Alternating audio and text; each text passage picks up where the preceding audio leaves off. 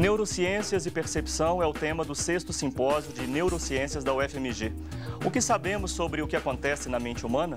Para falar sobre o tema, o Religare recebe a doutora Ângela Maria Ribeiro. Não perca o Religare desta semana, esperamos por você.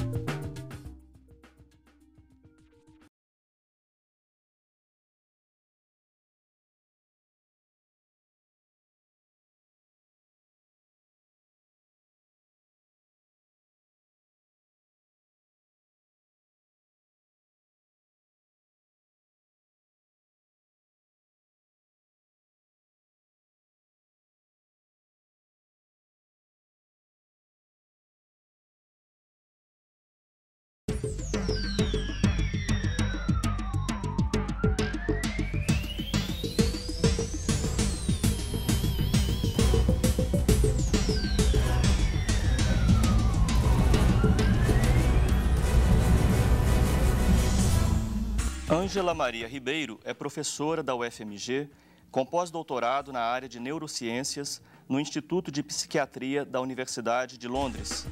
É também professora associada do Departamento de Bioquímica e Imunologia e coordena o programa de pós-graduação em neurociências da UFMG.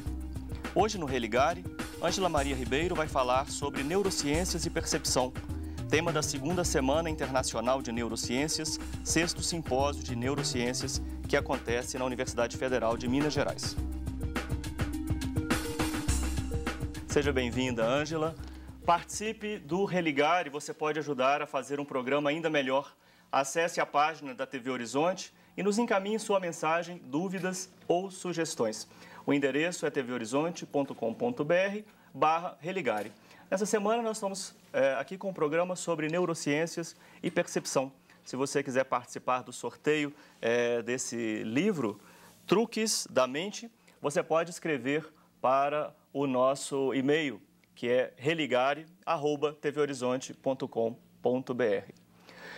Professora Ângela, seja muito bem-vinda, como disse ainda há pouco, é um prazer tê-la aqui conosco.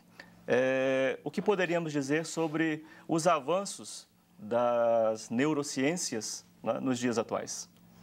Bem, primeiramente eu queria agradecer à TV Horizonte, ao Religare, por me receber aqui, nos dar essa oportunidade de fazer a divulgação de um evento extremamente importante, eu acho que não só para a comunidade acadêmica, mas também para a sociedade. Nós vamos, nesse evento, a UFMG vai abrir as portas da universidade para receber as pessoas que têm interesse nesse tema das neurociências. Como você mesmo disse, as neurociências nós mencionamos no plural, porque são várias neurociências. Neurociências molecular, comportamental, cognitiva, computacional, enfim, é uma interface que a neurociências faz com várias áreas do conhecimento. Sim. Engenharia, áreas biológicas, áreas humanas, através da psicologia. Menos interações com a ciência social, por enquanto. Nós temos poucos trabalhos com a ciência social.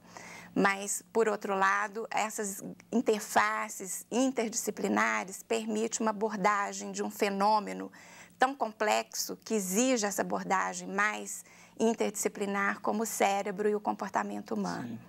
E como é que nós poderíamos, assim, traçar grandes linhas, né, o desenvolvimento desse campo das neurociências?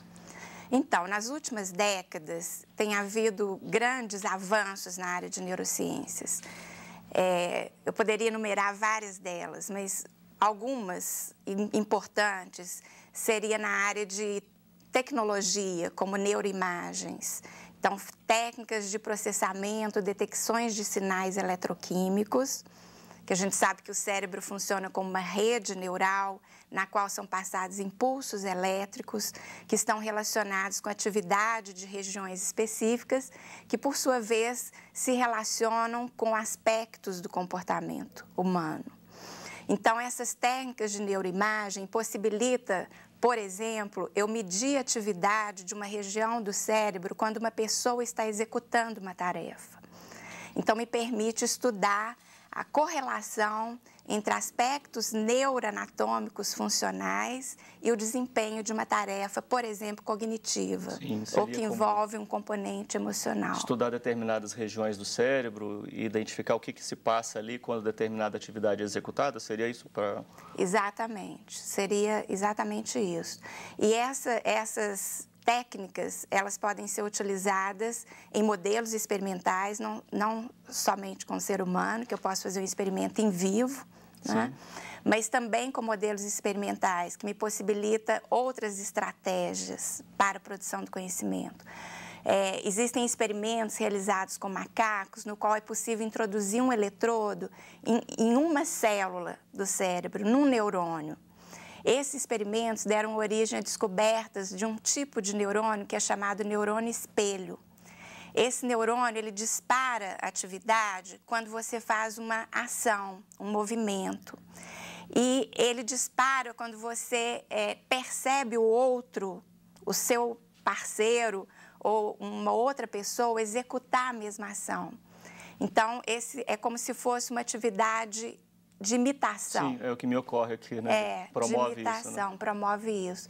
E esses estudos estão se ampliando e está ocorrendo descobertas desses neurônios, não só no sistema relacionado à ação motora, mas também à emoção. Então, se eu observo um indivíduo que está expressando determinada emoção, os neurônios espelhos nas áreas do cérebro relacionadas a esses componentes emocionais, aspectos da emoção, vão disparar da mesma forma que disparam quando eu estou sentindo aquela emoção. Sim, sim. Né? Então, isso tem um pouco a ver com relação entre os indivíduos, né? Que são esses neurônios espelhos. Isso para a área de estudos do comportamento significa um avanço bastante expressivo, não? Claro. Está centrado aí nessa... Exatamente, porque envolve não só a compreensão do indivíduo, do funcionamento do cérebro, nesses aspectos funcionais do indivíduo, como também da relação desse indivíduo com o outro. Então, essa é uma das descobertas que eu relato e nós consideramos os neurocientistas bastante relevante. É claro que são estudos que estão em andamento, mas que já têm dados bastante interessantes nessa área. Outra descoberta que eu considero também que é bastante importante é com relação às descobertas de um fenômeno que nós chamamos neurogênese e plasticidade neuronal. E o que seria isso? Então, a neurogênese, existia um dogma na neurobiologia que o neurônio não se dividia, a célula neural não se multiplicava.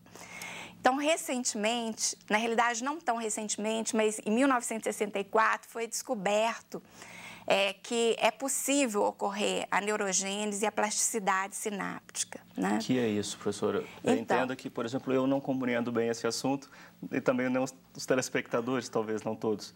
O que seria isso? Então, isso significa que a rede neural, o cérebro, ela pode se moldar, se ajustar, criar novas conexões, novos neurônios, dependendo de estímulos do meio. Ah, sim. Tá? Então, esse fenômeno está relacionado, por exemplo, com a aprendizagem, com a memória.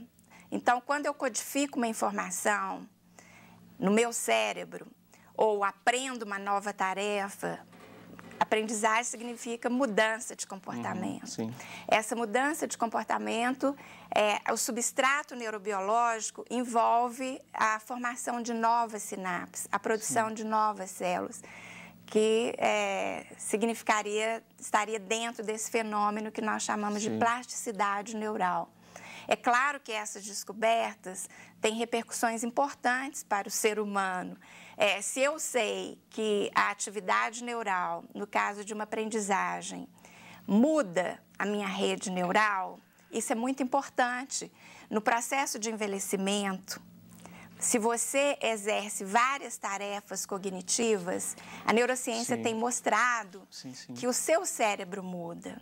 Então, você consegue, com essas atividades, não só atividades cognitivas, mas o exercício físico, o tipo de alimentação, são estímulos do meio ambiente que vão interferir na rede neural.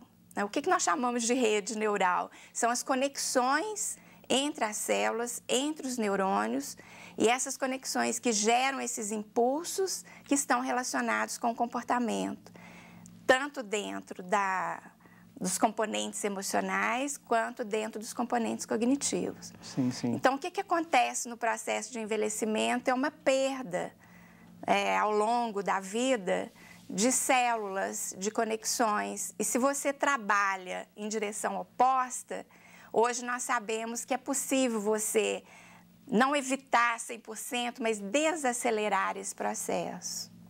E ter uma vida, uma qualidade de vida mais saudável. Sim.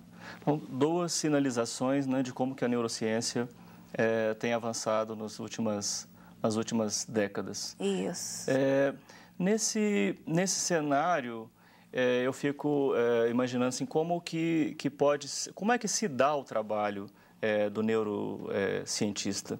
Não é? Ele é aquele profissional que está exclusivamente ali num laboratório. Não é? Como é que é o trabalho, né, do neurocientista na direção dessas atividades, no desenvolvimento dessas atividades? Então, justamente por ser um campo, uma área interdisciplinar, e no plural, sim, existem vários níveis de estudos. Então, você tem uma questão que é de interesse da maioria dos neurocientistas, que focam usando metodologias diferentes, abordagens diferentes para responder uma mesma questão. Então, se eu tenho uma questão, qual que é o mecanismo, o substrato neurobiológico da aprendizagem? Eu posso abordar essa questão em diferentes níveis de estudos. Eu posso fazer isso dentro de um laboratório, em experimentos controlados, utilizando modelos experimentais e técnicas da bioquímica, técnicas molecular, da biologia molecular e da psicologia experimental. Então, isso me possibilita estudar num animal as relações, as correlações que existem com alterações moleculares, bioquímicas no cérebro e aspectos específicos do comportamento. Sim. Então, esse mesmo estudo, enfocando o aprendizado e o desempenho numa tarefa, pode ser feito no ser humano, utilizando as técnicas da neuroimagem. Compreendo. Então, existem vários níveis de estudo. A engenharia, ela tem interesse em entender o funcionamento do cérebro e criar interfaces, programas computacionais que permitem obter esse padrão de atividade, de processamento de sinais relacionados com determinados aspectos, como, por exemplo, o aprendizado motor.